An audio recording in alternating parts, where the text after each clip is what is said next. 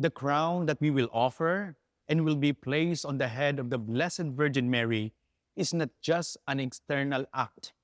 It is meant to become an interior reality. Madaling magpatong ng korona sa ulo ng imahe ng mahal na birhen.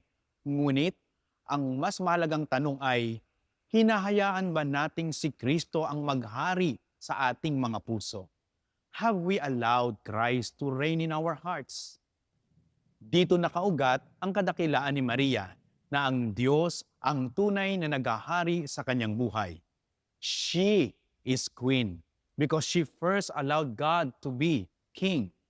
So when we crown her, we are invited to imitate her. Her humility, her trust, and her complete surrender to God. Ang pagkukorona sa imahe ng mahal na ina ay nagaanyaya sa atin na magbalik loob.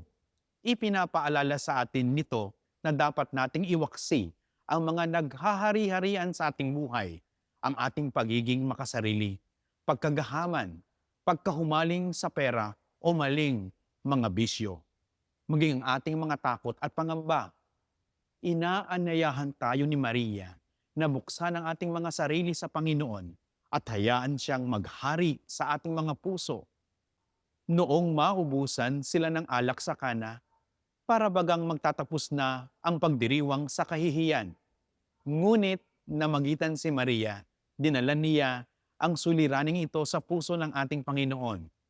In the same way, in our lives, when we feel empty, when hope runs out, Mary reminds us, bring everything to Jesus. Kaya, sa susunod na linggo, sama-sama tayo bilang isang sambayanan na sumisinta kay Maria.